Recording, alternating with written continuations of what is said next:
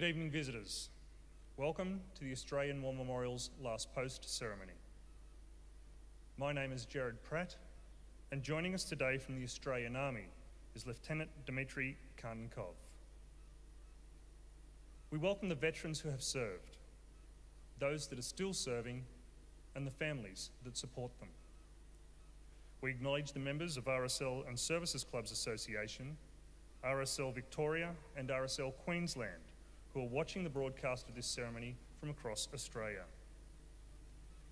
During this evening's ceremony, wreaths will be laid at the base of the Pool of Reflection by visitors and students on behalf of the Belmont State School from Queensland. I invite you all now to please stand and join in singing the National Anthem.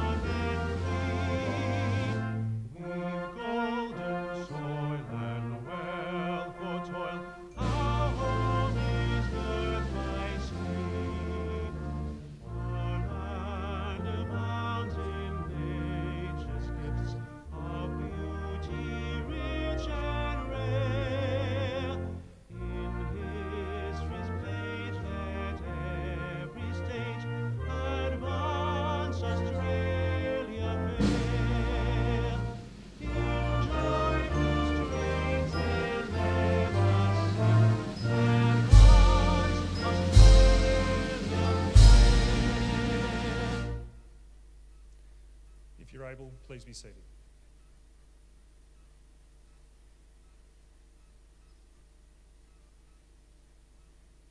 The Australian War Memorial was the vision of Charles Bean, Australia's First World War official historian. Bean landed with the Australian troops on Gallipoli and stayed with them at the front through until the end of the war. The idea of this national memorial and museum came to him at Pozières, France, in the depths of the bloody fighting of 1916. Bean's idea was that this would be a place where families and friends could mourn loved ones buried in faraway places. It would also be a place that could help all Australians understand what these men and women had endured and what they had done for us. Bean's vision, to which we remain true, is best expressed as inscribed in the entrance to the memorial's galleries. Here is their spirit, in the heart of the land they loved, and here we guard the record which they themselves made. Tonight, we will read the story behind just one of those on the Roll of Honour, which lists the names of more than 102,000 men and women who have given their lives for us in war and operations for more than a century.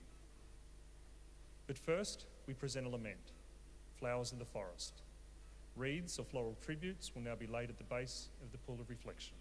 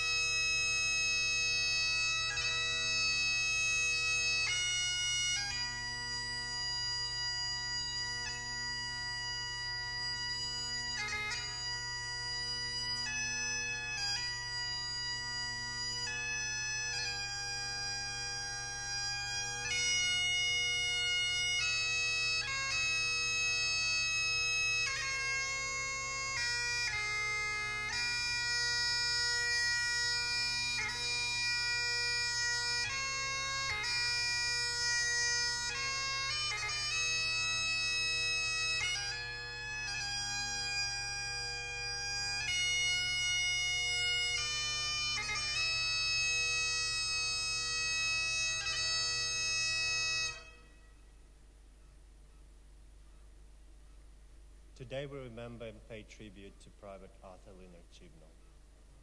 Chibnall, known as Len, was born in Snake Valley near Ballarat, Victoria, on the 16th of January 1897. His father Alfred worked as a miner for many years and died at a relatively young age of lung disease, a condition known then as miner's complaint. Chibnall was educated at the local state school at Snake Valley and went to work in the Ballarat district as a labourer. Chibnall attempted to enlist shortly after the outbreak of war in August 1914, but was turned down at least twice. He was only a little over 5 foot 3 inches tall, and early requirements for re-enlistment obliged the men to be 5 foot 6 or taller. When standard relaxed, the following year, Chibnall was quick to try and re-enlisting again, and this time was successful. Chibnall underwent a period of training in Australia before leaving for active service overseas, with reinforcements to the 7th Battalion in December 1915. He was first sent to Egypt, where Australian Imperial Force was undergoing a period of training and reorganization, before being sent on to France to fight in the Western Front. He landed in Marseille with his battalion at the end of March 1916. Lance Corporal Arthur Dean, who served with Chibnall in the 7th Battalion, later recalled, "Len was very popular with all of his fine, manly spirit and generous heart. He never failed to share anything he had with the rest of us. He was a general favorite. No matter how tired he was, he never once had to fall out on a march, nor failed to do any job I had set him. And there are not too many of whom I can say that. He was a most willing little worker and a cheerful comrade." The 7th Battalion participated in its first operation on the Western Front in late July 1916, when it moved on to the front in support of the attack of the French village of Pazea. As the main thrust of the attack advanced, companies of the 7th were called forward as reinforcements, one at a time. On the morning of 25th of July, Chibnall's company was called forward to reinforce another battalion. The first task was to bomb enemy out of a trench. As the bombing parties went forward, Chibnall covered them by sniping from the side of the trench. He then answered the call for volunteers to go forward, reportedly by jumping up onto the parapet of a trench and calling, "Come on, Australia." Almost immediately, Chibnall was shot through the neck and died. Lance Corporal Dean wrote to Chibnall's mother to say, "He could not have died more gloriously, and I'm sure you will feel proud to be the mother of a boy who fought so gallantly and died so gamely. It was a day of valiant deeds, but I feel sure no one was more fearless than my young friend. His death and his gallant conduct should be an inspiration to us all." Dean conducted his letter by saying, "We miss his bright young face very much, and I know how sadly you must mourn. I trust that God will heal your sorrow and comfort you with the thought that duty nobly done wants not its reward." Private Arthur Chibnall's body was not recovered from the battlefield, and today he is commemorated on the Memorial of the Missing at Villers-Bretonneux. He was 19 years old. His name is listed on a roll of honor on my right amongst the 62,000 Australians who died while serving in the First World War. This is but one of many stories of service and sacrifice told here at the Australian War Memorial. We now remember Private Arthur Leonard Chibnall, who gave his life for us, for our freedom, and in the hope of a better world.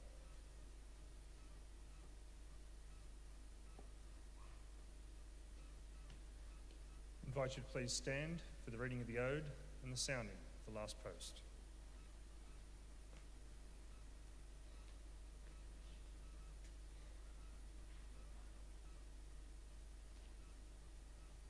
They shall grow not old, as we that are left grow old. Age shall not weary them, nor the years condemn. At the going down of the sun, and in the morning, we will remember them. We will remember them.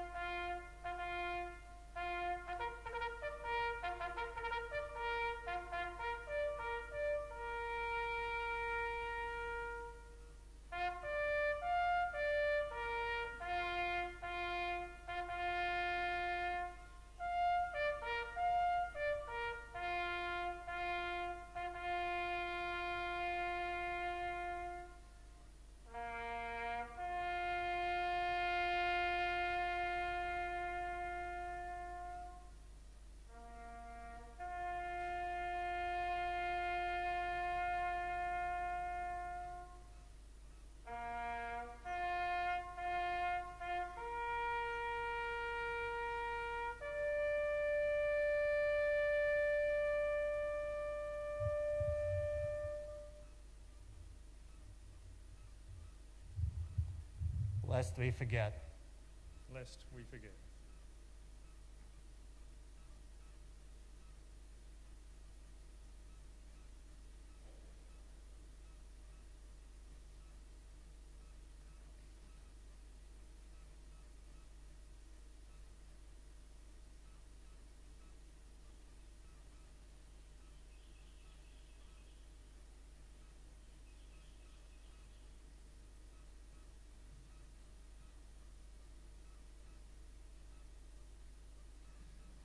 We leave you this evening with the words of the memorial's founder, Charles Bean. Many a man lying out there at Pozières or in the low scrub at Gallipoli, with his poor, tired senses barely working through the fever of his brain, has thought in his last moments, well, it's over. But in Australia, they will be proud of this. Ladies and gentlemen, girls and boys, that concludes the last post ceremony. We thank you all for visiting the Australian War Memorial and wish you all a very good night. Thank you.